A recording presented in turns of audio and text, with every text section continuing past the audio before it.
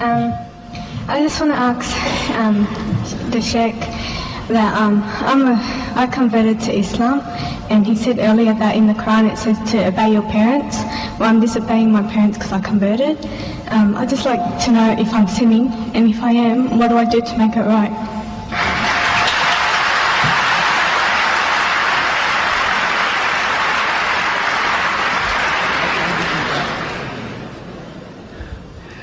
I take it you're concerned that you're disobeying your parents by converting, and what can you do to make it right? Is that your question?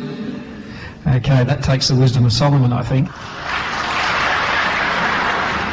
In the Quran, the solution to your problems is given.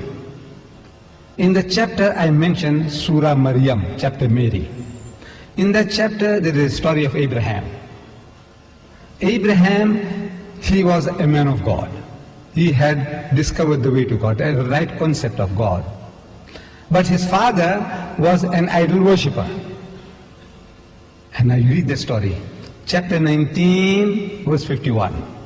It says, and narrate in the book the story of Abraham. إِنَّهُ كَانَ صِدِّيقًا نَبِيًّا. He was a man of truth, a prophet.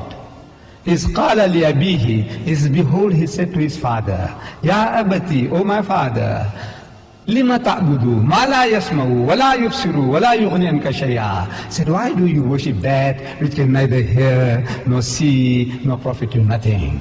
Ya abati, O my father, inni kajani min al-ilmi ma lam ya'tika fattabi'ni ahdika siratan sawiya. Said, O my father, knowledge has come to me which has not reached you.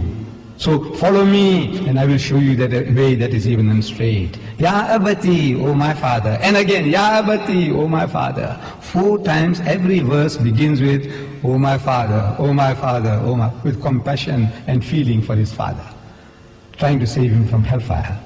The father, his pagan arrogance, he says, Qala araghibun anta an alihati ya Ibrahim. He says, does thou hate my gods, O Abraham? He says, get out of my sight for a good long while, otherwise I'll stone you to death. Now, the response of Abraham to that, and the commentary on that is to be found in this book, chapter 19, verse 51, that how a dutiful son ought to reason and be compassionate towards his unbelieving parents. Unbelieving parents.